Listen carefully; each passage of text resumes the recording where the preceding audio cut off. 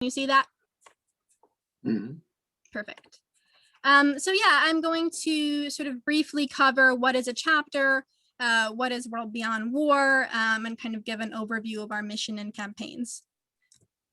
So our mission is to abolish the institution of war. We look at war holistically and all of its multifaceted impacts. We are quite principled in our approach. We are opposed to all weapons, all forms of warfare, all types of violence. And this sets us apart from other organizations that maybe don't go that far towards war abolition. We have a decentralized distributed organizing model, which means that we don't have a central office. We all work remotely, and our work is really carried out by the chapters in their communities. And we as the staff, we only have 7 part-time staff, are really here to be amplifying the chapters that are distributed around the world. We have people who have signed our Declaration of Peace in 190 countries worldwide, so we truly are a global movement. And then we're broken up into chapters and affiliates. Affiliates being like Canadian Voice of Women for Peace or PBI Canada, or currently Conscious Canada, groups that have their own kind of mission and branding that partner with us. And then chapters are volunteers that are not necessarily associated with another organization that kind of take on the name of World Beyond War and our mission and work very closely with us. And currently we have 18 chapters in 8 countries. This is our Declaration of Peace. I won't read through it now. You can find it on our website, but this is basically sort of the entry point to joining World Beyond War, is to take this pledge, which basically says that you will support working non-violently towards the end of all war. So now I'll kind of run through some slides that kind of help to frame what World Beyond War does.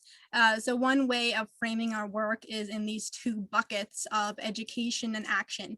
First, debunking the myths of war, talking about why war is bad and how we can get to a world beyond war. And then second, putting that knowledge into practice through campaigns in our communities. So that's one way of thinking about what we do. This is another framing, and you'll kind of see our website follows these types of framings, where we talk about the myths of war, why war is not just, beneficial, necessary, or inevitable. And then the whys, the 7 whys, which is why war threatens the environment, why war erodes civil liberties. And we have fact sheets and web pages on all of these. And then the how, and that's how we get to what we call the AGSS, the Alternative Global Security System. And these are the 3 strategies that we talk about when we talk about the AGSS: demilitarizing security, managing conflict non-violently, and creating a culture of peace. And this is really the foundation of our book. So here's another way of kind of looking at our campaigns. And again, you'll see kind of the breakdown between the education and the action. So this is a cover of our book, which is currently in its 5th edition. And really all of our education work stems from the book as that central foundational blueprint of World Beyond War. And then from there, we have our study guide, Study War No More. And we also have online courses, fact sheets, webinars, etc., that kind of build off of those strategies laid out in the book.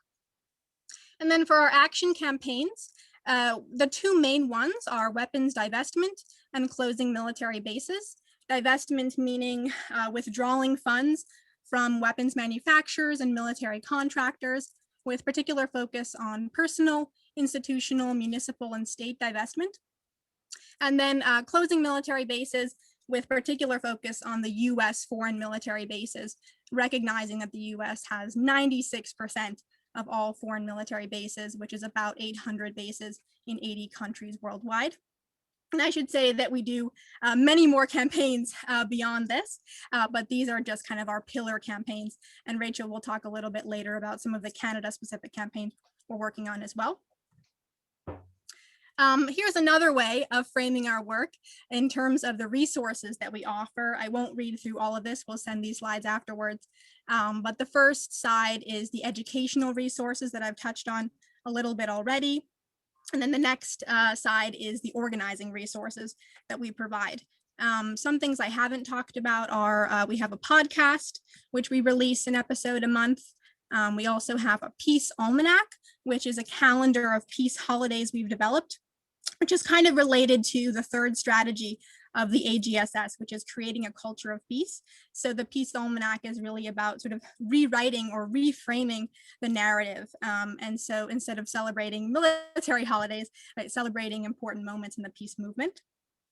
Another one of our educational resources to point out is the Mapping Militarism Project, which is a series of maps which map out kind of where militarism is around the world, where troops are stationed, where bases are, et cetera. And then in terms of the organizing resources, we've developed a 4-week Organizing 101 training, which we'll send to you afterwards. And if you haven't done that, we encourage everyone to do that training. And then these are some of the things that we kind of do on a daily basis. Lots of webinar hosting these days and meeting facilitation, not just for our chapters, but for other groups too. So we won't go into kind of a big Organizing 101 training today, but I did want to kind of provide some context of, what are we even talking about? So to me, and this is kind of based on the Midwest Academy theory of organizing, there's different theories of organizing, but organizing to me is building a movement around a certain issue. It involves setting clear goals, strategies, and tactics to achieve those goals. And it's really about using our strength in numbers, our people power, to put strategic pressure on key decision makers who have the jurisdiction to give us what we want. And in direct action organizing, again, according to the Midwest Academy theory, it has to meet this 3 criteria. Number 1 is that it wins real concrete improvements in people's lives, such as achieving clean water in a community or closing a military base. Number 2, it gives people a sense of their own power. We're not organizing on behalf of other people, we're empowering people to organize themselves. And number 3, it alters the relations of power. Over time, your chapter becomes a stakeholder in its own right that then the decision maker in the future will consult with you before making a decision. So what is a chapter? A chapter advances World Beyond War's mission to abolish war by hosting events, campaigns, and activities. These could be focused on the 3 pillars that I mentioned. They could also be focused on something else, a localized focus, depending on your community. And so I think there's a lot of flexibility to sort of customize what you work on based on what resonates with your community members, as long as it connects to that larger mission of opposing war. A chapter has to organize at least 4 meetings per year. We use this word events or meetings pretty loosely. It could be just a member meeting, it could be a more public facing event. There's a lot of flexibility as long as you're doing at least 4 things a year. And then also a chapter collects signatures for our Declaration of Peace that I mentioned earlier. So our job as the organizers on staff is to be providing chapters with resources and training to really be your go-to source if you have questions. That's why we're here. Chapters also have access to free and discounted books and online courses. We create a free web page for each chapter. We publicize your events and recruit volunteers. And most importantly, by being part of this global network, we can connect you with people around the world who are working on similar campaigns.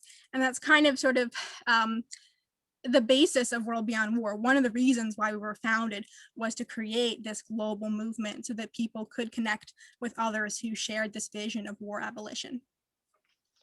And related to that, we have at least 4 meetings a year for all of the chapter coordinators to connect and network and share what they're working on.